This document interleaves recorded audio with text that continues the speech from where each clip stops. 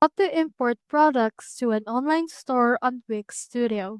So in order to import some products to your online store, head over right here to your catalog, then go over to your store products, and then go right here to the products option. From there, you should be able to see all of the products that you have available. So if you want to import a product from a CSV or from other file, you click onto this more actions option and here you can see this import. So using this, you can import multiple products to your store.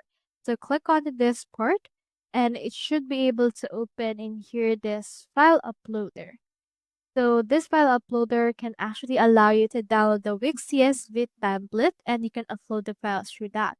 Just download in here the file can be a blank or CSV with your products already. And then after that, just click on to this upload option. And then just upload in here the file that you want to actually choose. So that's how you import products to an online store on Wix Studio. Hope we helped.